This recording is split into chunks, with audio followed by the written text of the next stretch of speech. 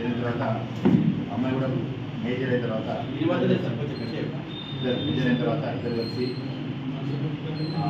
LOP వాడలేదు. అది 2023 October ఎండింగ్లో ఎల్ఓపి అయినాక వాళ్ళు నవంబర్లో 2 డేస్ తర్వాత అక్టోబర్ 30 ఎల్ఓపి అయితే 31 మనకు సుబేదర్ కేసు ఎందుకంటే హిందీ కాలేజ్ ఆయుర్వేద కాబట్టి ఆయుర్వేద కేసు రిజిస్టర్ అయ్యేది. దాని తర్వాత మా పోలీసు వాళ్ళు వాళ్ళను పిలిపించడం జరిగింది. పిలిపించిన తర్వాత వీళ్ళు మ్యారేజ్ చేసుకొని రావడం జరిగింది. కౌన్సిలింగ్ ఇచ్చినప్పుడు అమ్మాయి కంపల్సరీ నేను అబ్బాయి పిల్లలు పోతా చెప్పి అప్పుడు అమ్మాయి ఫోర్స్ చేయడం జరిగింది.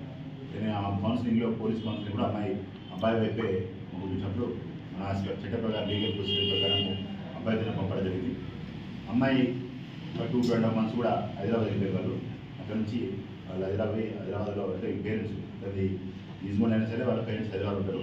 అక్కడ పోయి ఉన్నాక 2 months ఉన్న తర్వాత ఈ ఫోన్ స్విచ్ ఆఫ్ అయిపోయింది. అంటే అమ్మాయి వాళ్ళ పేరెంట్స్ కాంటాక్ట్ కట్టిన తర్వాత వాళ్ళ మదర్ ఏం చేసిందంటే వాళ్ళ మదర్ మా పాప మాతో మాట్లాడలేదు, ఫోన్ కొట్టని చెప్పి వచ్చి సుబేదార్ కేసులో మళ్ళీ కంప్లీట్ ఇస్తే అప్పుడు నా సుబేదార్ సిఐ గారు ఏంటంటే చంద్రబాబు ఎస్ఐ గారు చెప్పడం జరిగింది. ఈ అమ్మాయి మా ఇంతకుముందు రివోక్ చేసింది, మళ్ళీ అమ్మాయి కాంటాక్ట్ దగ్గర మీ లిమిట్స్ గారు చూసుకోమంటే మా ఎస్ఐ గారు అప్పుడు ఆ నెంబర్ వెరిఫై చేసుకొని అంటే వాళ్ళ అబ్బాయి తరఫు బంధువులందరినీ చెక్ చేసుకొని లాస్ట్ నెంబర్ వెరిఫై చేసి కొత్త నెంబర్ తీసుకొని అబ్బాయిని పిలిపించడం జరిగింది. పిలిచిన తర్వాత వాళ్ళు వచ్చి అమ్మాయి కౌన్సిలింగ్ ఇచ్చినప్పుడు అంటే ఎందుకు మాట్లాడలేదు లేదు మేము మాట్లాడతామని చెప్పి మళ్ళీ వాళ్ళు అమ్మాయి మాట్లాడడం వచ్చేసి అమ్మాయిని కూడా కౌన్సిలింగ్ ఇస్తే మళ్ళీ మదర్ ఇచ్చి కౌన్సిలింగ్ పోతే లేదు నేను అబ్బాయితో వెళ్ళిపోతాను చెప్పి కూడా అమ్మాయి సెకండ్ టైం కూడా వెళ్ళిపోయిన తర్వాత ఆ వెళ్ళిపోయిన ప్రాసెస్లో వాళ్ళ మదర్ కూడా నేను కూడా మా పాపతోనే పోతా 2 రోజులు కూడా వస్తా అని చెప్పి పోయి అక్కడ 2 days అంటే ఆర్థిక పరిస్థితి ఏంటి వాళ్ళు ఎక్కడున్నది ఆమె అబ్జర్వ్ చేసింది. ఈ దీపి వాళ్ళ మదర్ ఇందులో నాకు తీసుకుంది. ఆమె అబ్జర్వ్ చేసిన తర్వాత ఇక్కడ ఆర్థిక పరిస్థితి బాగా ఇబ్బంది అని చెప్పి నువ్వు కూడా మన ఇంటికాడ పండుగ ఉంది నలుగురు రా అని చెప్పి పాప తీసుకున్న తర్వాత వాళ్ళ అన్ని వివరించిన తర్వాత ఆ అమ్మాయి అర్థం చేసుకొని పేరెంట్స్తో ఉండడానికి ఇష్టపడింది. ఇక్కడ ఫోన్ ఇచ్చారు జరిగింది. అబ్బాయి ఫోన్ చేస్తే వీళ్ళు లేకపోవడం జరిగింది.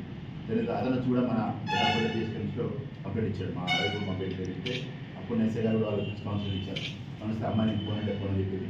ఫోన్ అంటే అసలే ఫోన్ అంటే చాలాసేపు కూడా కౌన్సిల్ జరిగింది. ఆ రోజు దీన్ని కూడా నేను వెళ్ళను నా ఇంటికి పోతా అని చెప్పి అమ్మాయి కటింగ్ నేను తీసుకోవడం జరిగింది. దాని ప్రకారము అప్పుడు నా నామ్స్ అండ్ కండిషన్ ప్రకారం మా ఎస్ఐ గారు అంటే అది రిజిస్టర్ మ్యారేజ్ కాదు కాబట్టి అసెంట్ మామూలుగా వాళ్ళు తెలియజేస్తున్నారు కాబట్టి మామూలు ప్రొసీజర్ ప్రకారం మనం యాక్ట్ చేసి వాళ్ళను అమ్మాయిని వాళ్ళ ఇంటికి పంపించడం జరుగుతుంది. తర్వాత ఈ అబ్బాయి చాలాసార్లు కాంటాక్ట్ చేసిన ప్రయత్నించి కూడా అక్కడి నుంచి రెస్పాన్స్ రాలే. అబ్బాయి కూడా సైలెంట్ అయింది. మళ్ళీ వాళ్ళు వచ్చి మళ్ళీ పోలీసులు కంప్లైంట్ ఇచ్చినప్పుడు ఎస్ఐ గారు అబ్బాయి పిలిపించి ఇంకోసారి ఫోన్ చేస్తే బాగుండేదని చెప్పి మనం ఇచ్చిన తర్వాత అబ్బాయి కంటాక్ట్ కొంతకాలం కంటాక్ట్ తర్వాత మళ్ళీ అబ్బాయి హైదరాబాద్ వచ్చేసి వాళ్ళ